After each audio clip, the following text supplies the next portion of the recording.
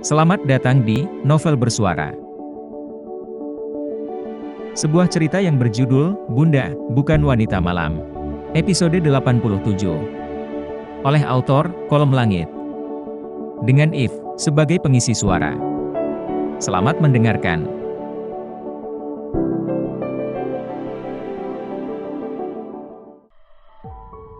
Lepaskan aku! Siapa kalian? Teriakan seorang pria menggema di sebuah gedung kosong. Ia berusaha melepas tali yang mengikat tubuhnya. Kalian tidak tahu sudah berhadapan dengan siapa? Ia kembali melirik ke belakang sana, di mana beberapa pria yang merupakan anak buahnya pun terikat oleh tali. Kau yang tidak tahu sedang berhadapan dengan siapa, Tuan? Ucap seorang pria dengan seringai misterius. Marco menatap pria yang berdiri di hadapannya dengan gerak. Sekelumit pertanyaan bermunculan tentang siapa dalang dari penculikan yang dialaminya. Apa yang kalian inginkan dariku? Pertanyaan yang bagus. Terdengar suara seorang pria yang tiba-tiba muncul dari kegelapan. Marco membelalakan mata saat menyadari siapa yang ada di sana.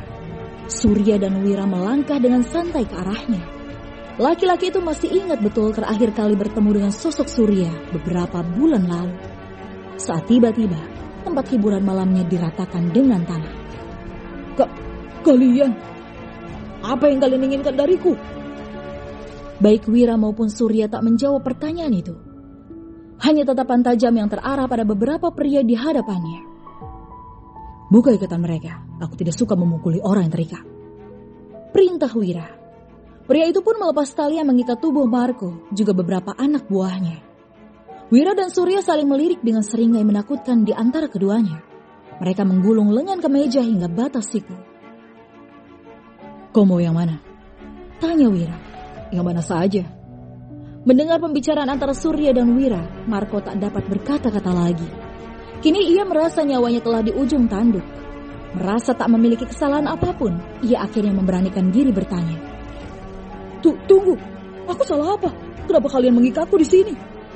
Tanyanya dengan raut wajah memucat. Kau selalu jatuh pada kesalahan yang sama.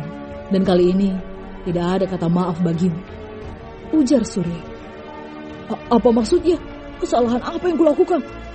Lagi-lagi Marco bertanya. Tanpa menjawab pertanyaan itu, Wira telah melayangkan kepalan tangannya ke wajah Marco yang membuat laki-laki itu tersungkur ke lantai. Melawanlah. Kalau tidak, kau akan mati. Ucap Wira.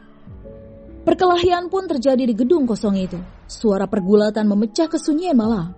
Erangan kesakitan dari beberapa pria menggema saat Surya yang tak punya belas kasih menghajar tanpa ampun. Jika biasanya ia hanya memberi perintah anak buahnya, kali ini dirinya lah yang turun tangan. Juga dengan Wira yang begitu murka dengan ulah Marco yang telah menyebabkan anak dan istrinya dalam bahaya.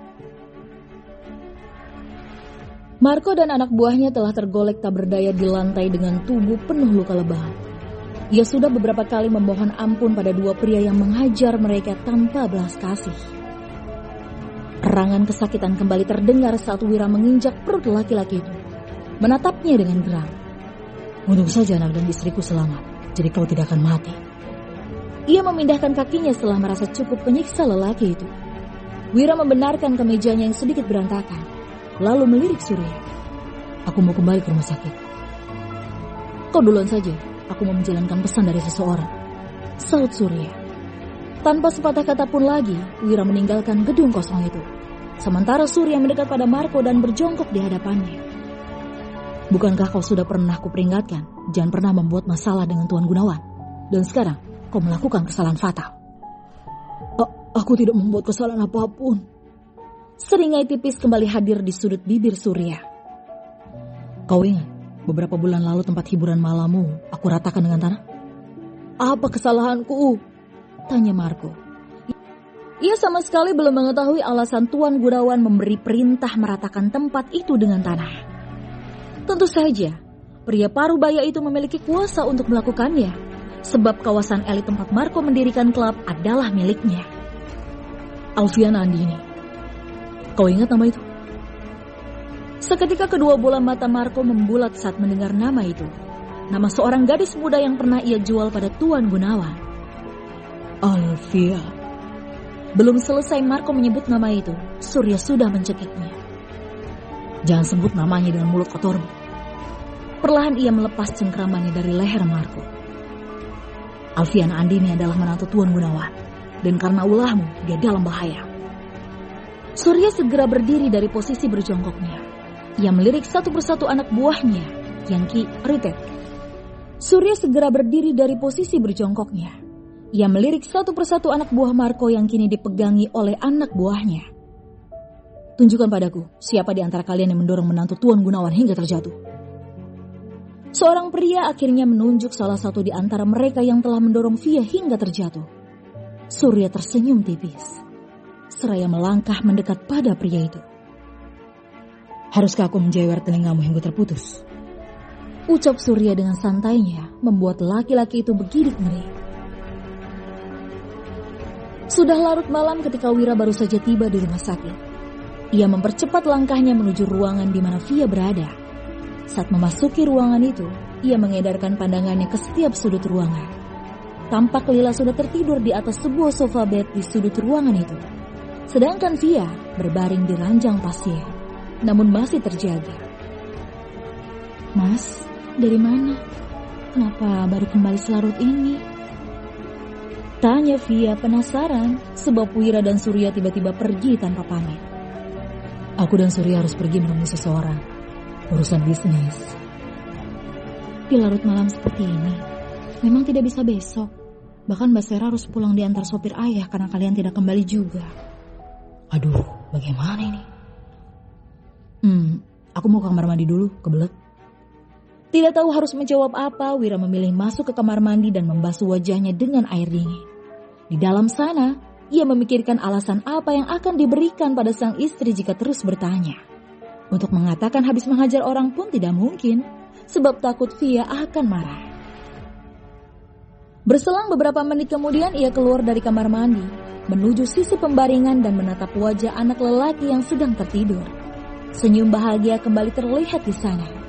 Kebahagiaan yang sama ia rasakan sama seperti saat kelahiran Lila. Wira menggendong tubuh mungil itu dan mengecup wajahnya beberapa kali. Gantengnya anak ayah, bisiknya. Duduk di sisi pembaringan, Wira tak melepas tatapannya dari wajah mungil itu. Coba lihat, wajahnya mirip aku ya. Tidak juga mas, dia lebih mirip dengan Lila. Ya kan sama saja. Satu tangan Wira terulur membelai wajah sang istri, lalu mengecup keningnya dengan sayang, membuat Via tersenyum sipu. Sayang, terima kasih sudah menjadi ibu dari anak-anakku. Aku harap kau tidak pernah berubah. Tetaplah seperti sekarang, lembut dan penuh kasih sayang. Via menjawab dengan anggukan, lalu menyandarkan kepalanya di bahu sang suami. Seketika senyum yang hadir di wajahnya menghilang saat mendapati bercak darah di kemeja suaminya itu. Mas, kenapa ada bercak darah di kemeja Mas Wira? Bersambung.